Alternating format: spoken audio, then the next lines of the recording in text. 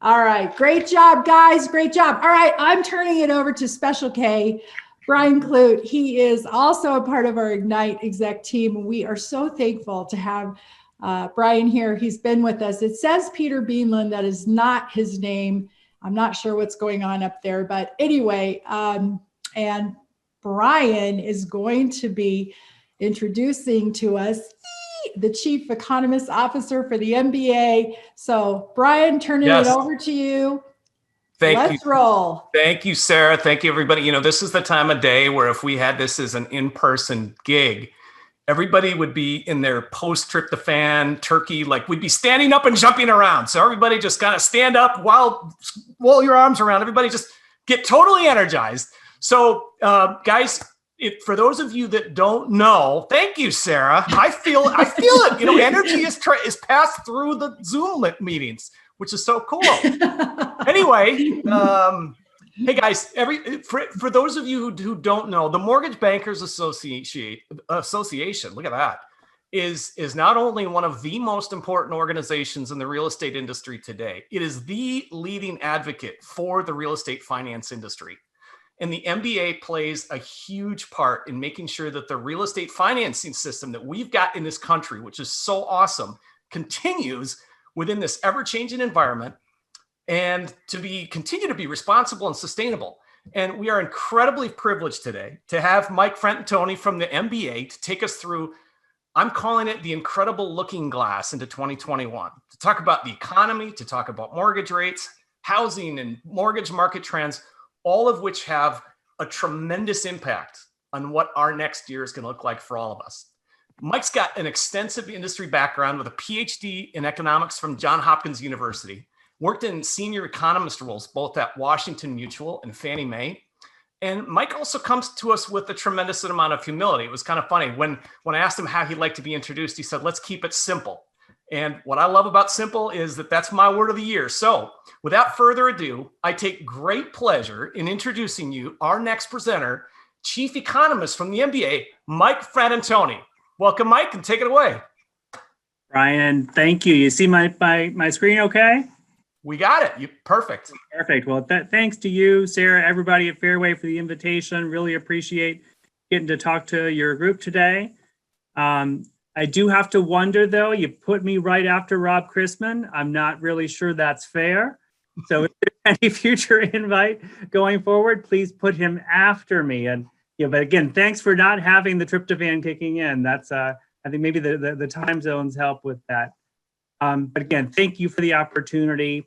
I'm going to walk through our current thinking, as Brian mentioned, on the broader economy, where we think rates are headed. Going to focus in on some of the housing and mortgage market trends that we're following most closely. And then finish up with some of the lender performance data we have, and just a little bit on servicing, because that really is going to be important next year. Imagine this is an audience probably more focused on the origination side, but the way these delinquencies and forbearances play out next year is going to be really important for the health of the housing market and how the mortgage market moves forward next year. So that's the plan. Walk through. We'll certainly have some time for questions at the end, and let's just get going. So, 2020 is the year we all want to be done with. Second quarter was just horrendous in terms of how quickly the pace of economic activity declined. We had a strong rebound in the third. Now we're starting to tread water a bit again, just given the intensification of the pandemic in many parts of the country. And you see here for the full year, our economy shrinking by about 2.5% once all is said and done for 2020, expecting stronger growth next year. But I would really think about two time horizons right now. One, sort of the next 3 to 4 months, where the vaccine is getting rolled out. It sure is looking promising. And, that's sort of the light at the end of the tunnel here. But we really don't know how these next 3 or 4 months are going to play out with respect to the response of businesses, households to a gradually improving environment after what's going to be a very tough couple of months here. Looking beyond that, though, once we get to April, May, June of next year and into the second half of next year, we think the recovery is going to be robust, just foot to the floor acceleration on any number of fronts. And, you saw this yesterday where even the Fed in their latest projection showing really much stronger improvement next year than they had been suggesting prior to yesterday. So, we're showing 3% growth for the full year, but we think that's really going to be backloaded in the second half of the year. Now, GDP is something economists love to talk about, a bit more tangible. Think about the unemployment rate, right? So February of this year, the unemployment rate was at 3.5%, a 50-year low. April of this year, it was at 14.7%, which was the highest it had been since the 1930s. I mean, just an incredible turnaround. Millions and millions of people at least temporarily furloughed. If you had talked to me back in April or May of this year, it was a much gloomier outlook with respect to the job market. But over the course of the summer and the fall, things improved more quickly than certainly we and others had forecast. And we're at 6.7% as of November. And we are thinking that by the end of 2021, we'll be down to 5% unemployment. So not the 3.5% that we had in February, but really a whole lot better. So the 5.5% I'm showing here is an average for the full year. And again, interesting, if you looked at the Fed's announcement yesterday, they're thinking along the same lines. They think in fourth quarter of next year, that unemployment rate will be down to 5%. Now, the Fed's helping, obviously. They have moved short-term rates down to effectively zero. I'm showing it at an eighth. That's the 0 to a quarter range that they're holding rates in. And we think they're going to keep short-term rates there all the way through 2022, and then probably 2 hikes in 2023. Beyond that, they really re-emphasized their commitment yesterday to put a little downward pressure on long-term rates too by buying longer-term treasuries, adding $80 billion a month, buying MBS, another $40 billion a month, until we make, quote, substantial progress on getting the economy back to full employment. 5% unemployment rate is pretty close to full employment. So you might think that, sometime next year they begin to talk about slowing that pace of asset purchases. But again, they're going to err on the side of providing too much support for the economy right now. But we think the overall picture of a job market recovering and economy recovering in 21, and then as I'll get to, very, very large federal deficits, budget deficits here and abroad, is going to put some upward pressure on longer term rates. So where 10-year treasuries at about 90 basis points right now, we see it being at about 140 by the end of next year. And mortgage rates, which, Freddie's report this morning, 267 for a 30-year, but averaging about 3% for the year, we think will be up to about 3.3% by the end of the year. So rates not high by anybody's imagination, but a touch higher than they are today. Let me dive in a little more. First, with respect to the broader economy. What's been so different about this downturn is just how concentrated, how focused the distress has been. Everybody remembers back in 08 and 09 with the credit crisis, every sector of the economy was impacted. Employers weren't hiring regardless of what industry you were in because credit had just been cut off. This one's different. This really has been a tremendous hit if you're in leisure and hospitality. You see that on the right side of the page here. Initially, 8 million jobs lost and only about 3 million recovered for folks that work in restaurants, bars, sporting arenas, theaters, you name it. Travel industry just decimated through this. If you look on the left, people have continued. I'm sure you have 3 Amazon packages in front of your front door right now. No trouble spending on goods, but spending on services has just plummeted, right? And a lot of that's healthcare. People aren't going to the doctor, aren't going to the dentist. Spending on, obviously, haircuts. I mean, shoot, look at me. My wife is cutting my hair for this last 9 months. So anything that requires face-to-face contact We were going to ask you about that, Mike. But anyway, I know. There were many standards as part of this invitation. I appreciate that. So what's going to happen next year, April, May, June, when most of the population's vaccinated and they haven't gone on a trip, they haven't gone out to eat, they haven't gone to a movie, they haven't gone to a ball game in a year. There's going to be this massive pent-up demand, which is going to be unleashed next summer. And that's going to have a tremendous effect on employment. It's going to have a tremendous effect on spending. It's going to have an effect on pricing. We're actually going to see, we think, some increase in inflation next year, again, as everything tries to ramp up at the same time. A little more on the job market. So again, this is such a concentrated distress. It's absolutely miserable for the folks that are impacted. If you look here, this is unemployment by duration. So, blue that have been folks that have been out of work looking for less than 5 weeks, and then orange 5 to 14 weeks, et cetera. So March and April, millions upon millions of people lost their job. Many of them were called back as states reopened. But if you look at the yellow line, these are folks that have been out of work and looking for 27 weeks, 6 months or more. You have almost 4 million people in that position right now, right?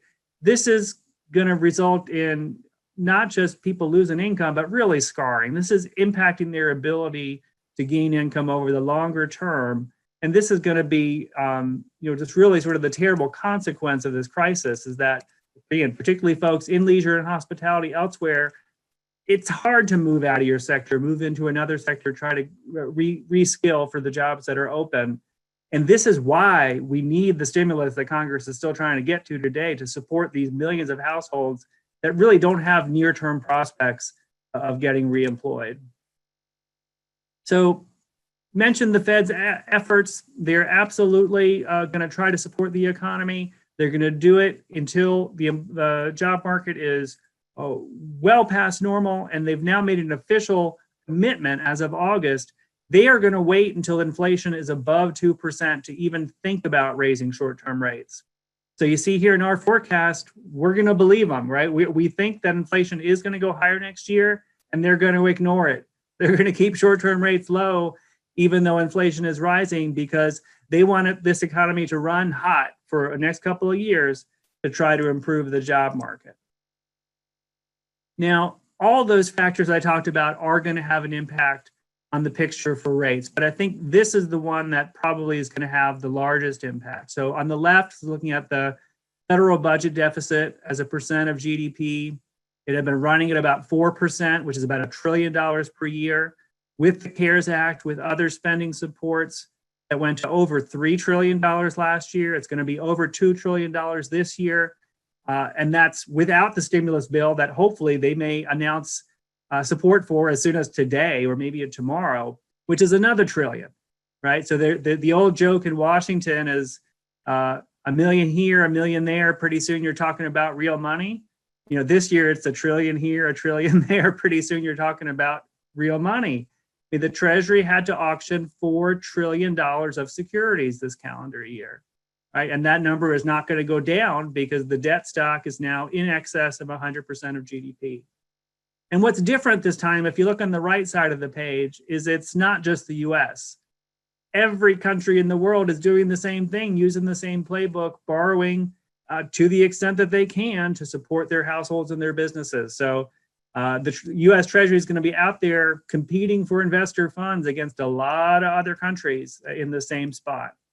So all that's to support what's a fairly what I think fairly sensible forecast of a modest increase in rates from here. So as I said, the 10-year Treasury at 90 basis points today to 140 by the end of next year.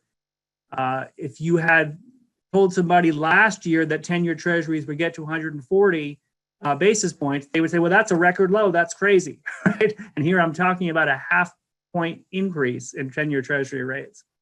And because of the deficit and the Treasury auctions really pushing those Treasury rates up, coupled with, as you all are well familiar, the competitive dynamics of the mortgage industry, that if we get even the hint of a potential of a slowdown in refi activity, you're going to see a lot of lenders out there sharpening their pencils and willing to take a smaller spread. And you'll see this mortgage to treasury spread come in. I'll come back and talk about that more in a few minutes. But for that reason, we do think that mortgage rates, while they might go up, are going to go up more slowly than treasury rates. So moving to the mortgage business, what does this mean for us? So this is data from our weekly application survey.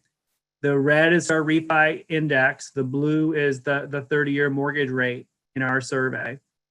So everybody remembers in March when the pandemic really hit, that unbelievable spike in refi activity, well above 6,000. Since then, it's really settled down in this pretty narrow range between 3,500 and 4,000. But what's interesting, look at that picture, right? We've stayed at a fairly stable level of refi activity as mortgage rates have dropped to ever lower lows, right? Each week in our survey, several times over the past 8 weeks, we've hit all-time record lows for mortgage rates, and we're not getting that spike like we did in March. We're just getting a fairly consistent flow of refi activity, at least at the industry level. So what's happening here? So I started my career at Fannie Mae modeling refinance activity, right? And the key word you learn is burnout, that somebody who didn't refinance for a 3% rate last week, if you show them a 3% rate again, they're probably not going to be interested. You need a 2.5% rate to get them really excited.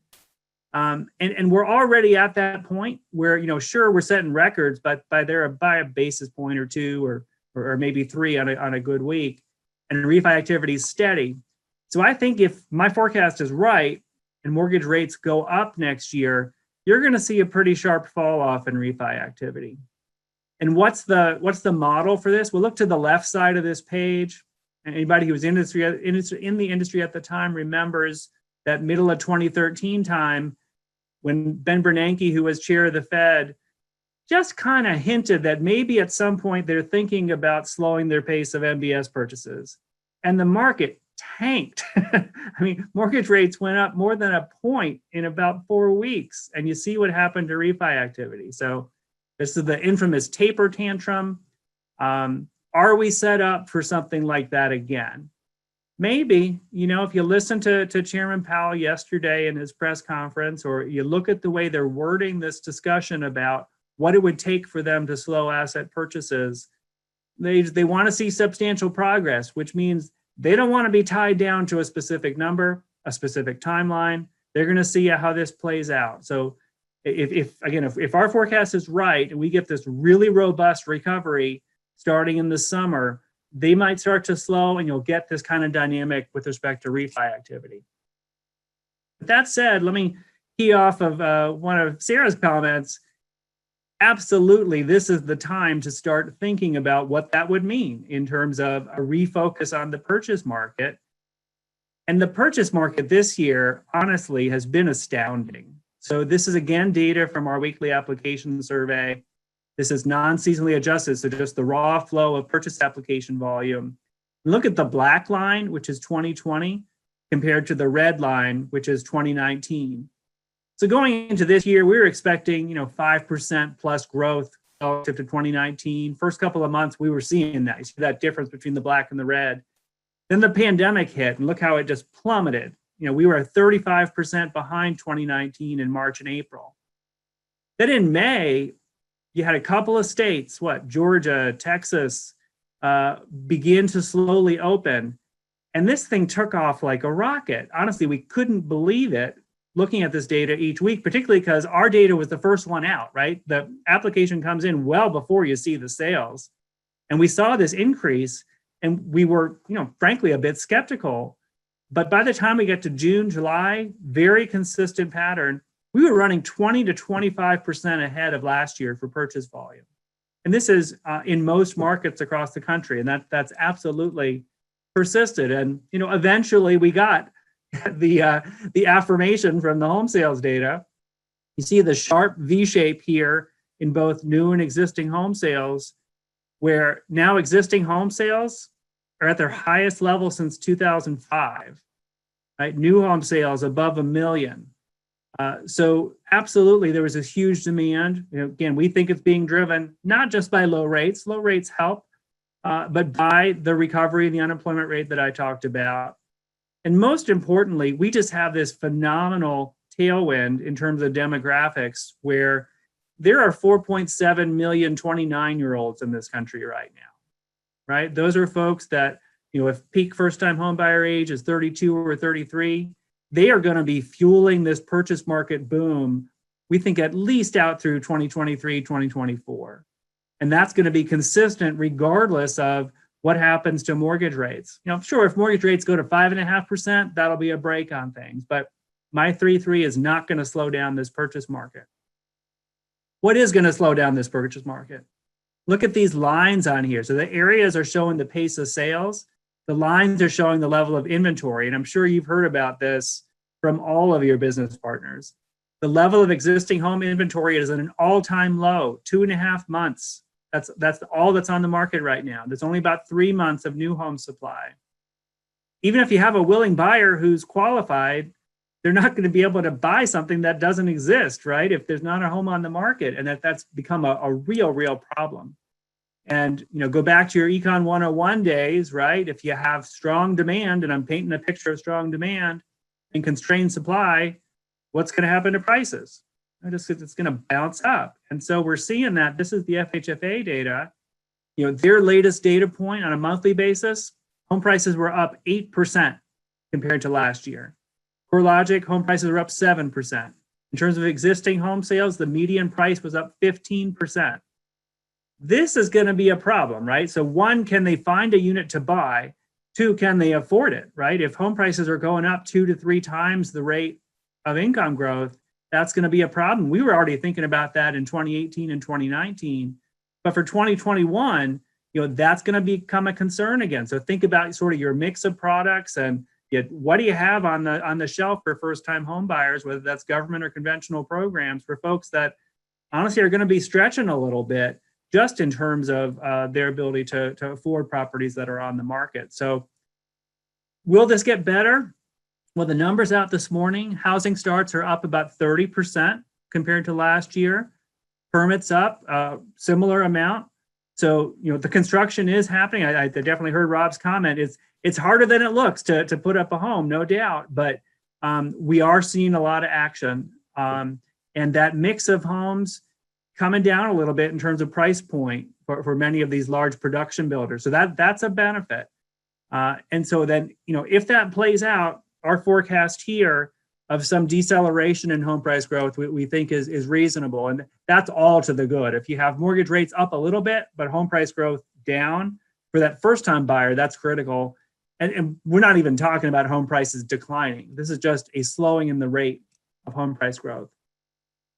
What's another challenge for the purchase market? And I'm showing here data from our Mortgage Credit Availability Index, which is just a summary metric of the types of loans that are out there in the market, right? So what are the down payment requirements? What are minimum credit scores? What types of product flexibilities are available? Documentation requirements, et cetera, all captured in one number. Availability had steadily been increasing since the crisis, since 09. But with the pandemic, tightened across the board to back, we sort of went back to 2014 levels of credit availability. And where did this show up? It was interesting. It was on both sides of the market. So many lenders putting overlays on their FHA business, and then many lenders just completely cutting off jumbo business, or in some cases, TPO channels of jumbo business. The core conventional conforming market generally intact, but you all know the impacts on cash out refis from some of the policy decisions made there. Many lenders tighten criteria on cash outs. So what's going to happen next year with respect to credit availability?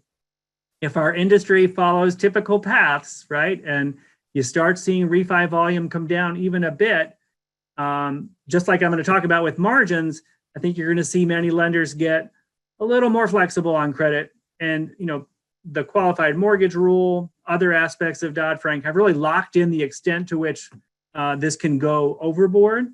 But I think, rather than 2014 levels of credit availability, it'll get somewhat better. If that doesn't happen, again, this is a bar to potential growth from first-time home buyers, which I think are going to be really source of strength for the purchase market next year. This is just a picture to illustrate that average scores on FHA loans, both purchase and refi, have gone up. And the right's just showing that distribution of credit scores on FHA loans and just how impactful an overlay like that can be in terms of the volume you're getting on FHA business. All right, so the money slide, so to speak. So this is the one that our members look to MBA most frequently in terms of thinking about what's happening to volume and what's the expectation going forward. So, obviously 2020 won for the record books, our current estimate at 3.4 trillion, second only to 2003. And like all of you, still where we are finalizing those numbers. So there is room for that to go up in our December forecast, which will be out here shortly. But led by almost 2 trillion in refi and 1.4 trillion in purchase. So just a fantastic year all the way around. So next year, again, thinking about that robust rebound in the second half, we think refi volume likely to fall off pretty sharply. So we see that going down to a little less than 1 trillion. On the other hand, though, look at that red line, which is purchase volume. We see it going to 1.59 trillion, which is an all-time record. And we see it growing from there over the next couple of years. Again, you have this demographic tailwind of the millennials hitting peak first-time homebuyer age that are going to support this just fantastically growing market. Throw in there that we've had a couple of years of very strong home price growth, and that'll all feed into this enormous purchase origination number. So all in, a market going from 3.4 trillion in 2020 to about 2.6 trillion in 21. Now, again, industry folks realize that not only was 2020 a fantastic year in terms of volume, but in terms of profitability, it was phenomenal. So this is data from our quarterly mortgage bankers performance report. So through the third quarter of this year, what I'm showing here is a margin on origination business. So going back to 2008, that average margin has been about 60 basis points. Everybody remembers how tough 2018 was, where the industry as a whole was losing money for a couple of quarters in 2018. But 2020, a whole different ball game. The second quarter, 167 basis points, third quarter, 203. Now, this is an environment where this is really being driven by very strong secondary market gains. That's where revenue really was very strong. Costs keep going up, though. If you look at expenses on a per loan basis, they went up from the second quarter to the third quarter. So again, as our industry is well aware, it is tough to find mortgage talent, right? And so whether you're talking about sales talent or back office talent, those folks are in demand, and that's showing up in some of the per loan expense numbers. Now, are these margins going to persist? Or I guess maybe the better question would be, are they even still here, right? And you're beginning to see more conversation about this in some of the conversations I'm part of. So what am I showing here? So the blue is the 10-year treasury, the orange is the 30-year mortgage rate, and the gray is the spread between them. So, this is going to typically average about 180 basis points or so. You look what happened in March and April of this year. We had this tremendous financial market disruption, as people are calling it the dash for cash. They sold everything they could sell just to get some cash in the piggy bank to survive these couple of months. And we saw mortgage to treasury spreads blow out like we haven't seen before. So, in excess of 260 basis points. And then the wilder thing was that, while that would happen in financial market disruptions over the past couple of decades, you'd get a spike in those spreads. Typically, once financial markets behaved again, it would come down pretty quickly. They didn't. All the way through the summer, all the way through much of the fall, they stayed extremely wide. And that's really what was driving this incredibly favorable origination spread and secondary marketing gain, is that these spreads were abnormally wide. Some of it was, again, just recovering from that financial market disruption. Some of it was lack of capacity, originators having challenges hiring, like I just said, given there's not a super abundance of talented mortgage personnel. But look what happened in the past couple of weeks. This thing has started to come down very, very quickly. And best explanation I can give to you is it's December or it was Thanksgiving, right? And typically that time of year, you see purchase volume begin to drop, not because of any weakness in the purchase market, just because it's Thanksgiving and people are not out there looking for homes. And I think a lot of lenders, seeing that decline in volume, all of a sudden they had some spare capacity, having tried for so many months to build that up to deal with the refi. The refi is still coming in, but just for seasonal reasons, purchase had fallen away. And this is where, as I'm saying, you had a lot of lenders over the past couple of weeks sharpening those pencils and say, well, let me bring it down a little bit more. So we saw mortgage rates going down while treasury rates have gone up. Maybe that happens for a day, but for that to happen for multiple weeks, that's pretty unusual. And you look at the level of spreads right now. I mentioned 180 is probably a reasonable equilibrium. We're getting pretty close to that. So I would not be shocked to see this begin to behave differently. And over the next 6 months, certainly, we go back to the normal world where if treasury rates go up, mortgage rates are going to follow. Let me just finish up with, like I mentioned, a couple of thoughts on the servicing side of the business, because I think it is going to impact what you're seeing on origination. So this is from our National Delinquency Survey. We have data back to 1979 on a very consistent basis. And you can see where delinquency rates, these are total past due, one or more missed payments, where they were back in 2009. And you can see what's happened thus far this crisis. So the green across all loans, the orange for conventional. So conventional delinquencies certainly picked up in the second quarter and recovered somewhat in the third, but did not hit that 2009 or 2010 peak. But look at that FHA delinquency rate. 15.5% plus. That is the highest we have seen ever going back to 1979.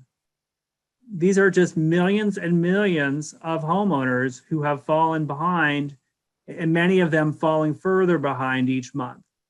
Now, in this survey, this is a servicer-oriented survey, right? So this is, did the cash come in for the payment or not? So this is not about the credit standing of the borrower. So we know many of these borrowers are in forbearance. Luckily, we track forbearance using a different survey. This is data we're putting out to the market on a weekly basis. We have about 3/4 of the entire servicing portfolio for the country in this survey. So just fantastic participation by MBA members. You go back to March of this year, which is the start of this survey, you had about 25 basis points of the market in forbearance due to hurricanes, floods, what have you. We got into April, CARES Act was passed, the forbearance proposal plan was put in place. Any federally backed loan could get up to 12 months of forbearance. And even non-federally backed loans, certainly lenders were able to provide forbearance. What happened? Look at that yellow line.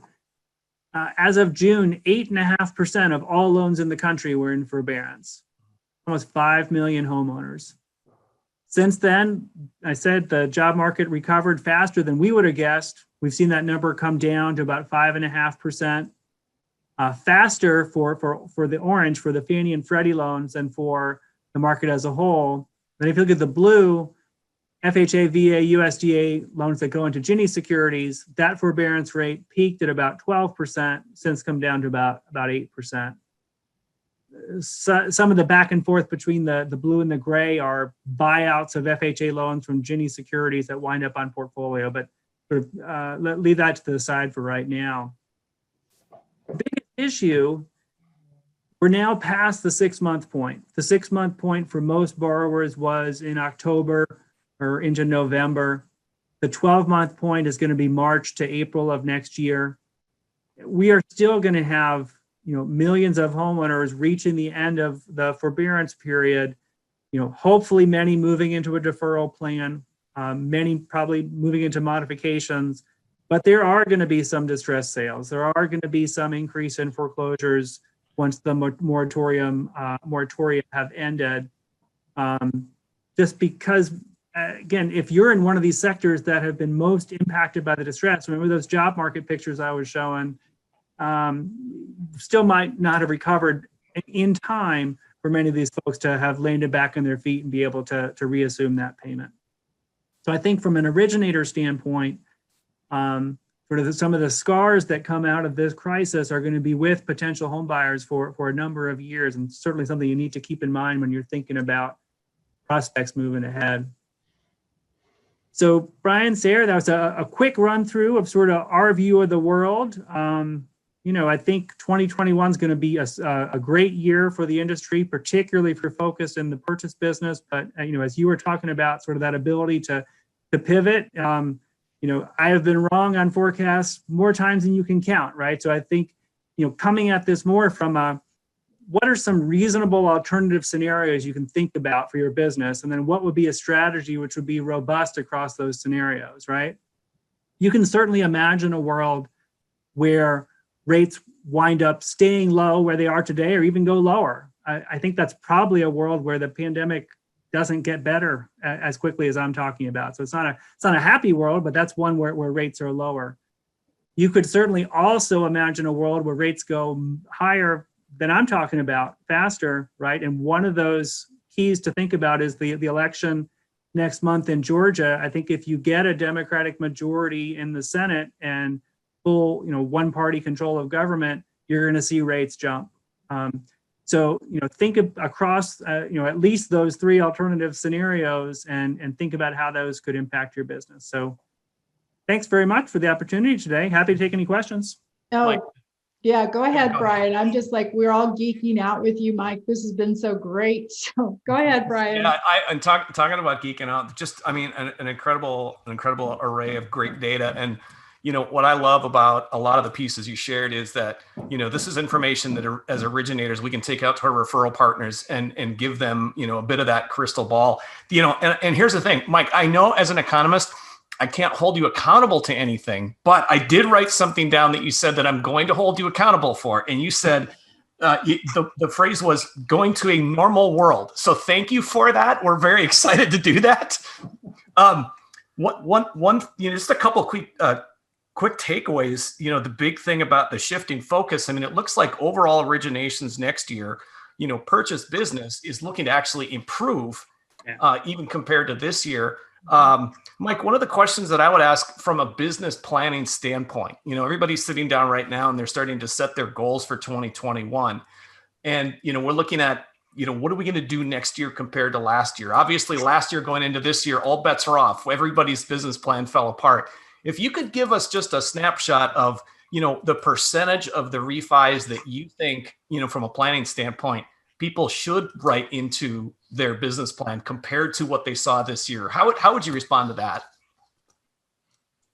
So to a lot of what I was saying, I think you really got to divide next year into two parts, right? Mm-hmm. So sort of now through April, this is just spillover from 2020, right? So that you're seeing today, the environment you're seeing today, that's going to spill over certainly into the first quarter and probably into the second, right?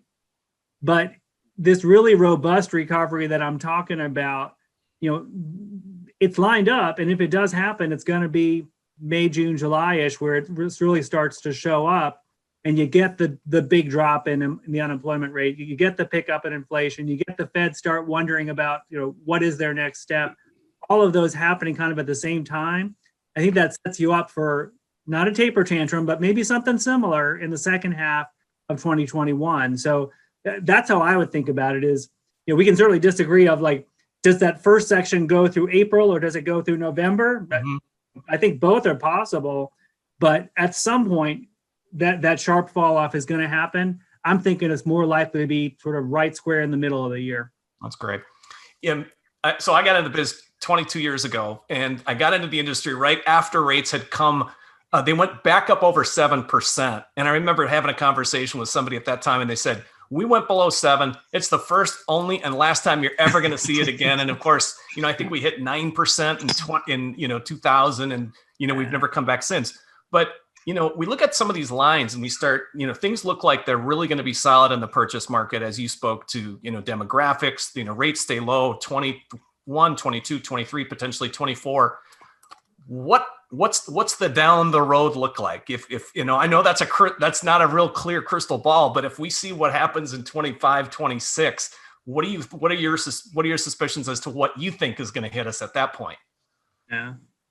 So, I mean, the demographics are just so powerful, right? And so you can see these bulges in the age cohort of the population just moving forward through time. It's very easy to predict what the ultimate impact is going to be of that bulge moving forward. The timing is tricky, though. So there were folks that mistimed the impact of the baby boomers sort of moving past these peak first-time homebuyer age in sort of the 90s. There were folks calling for a crash in home prices in the middle of the 90s.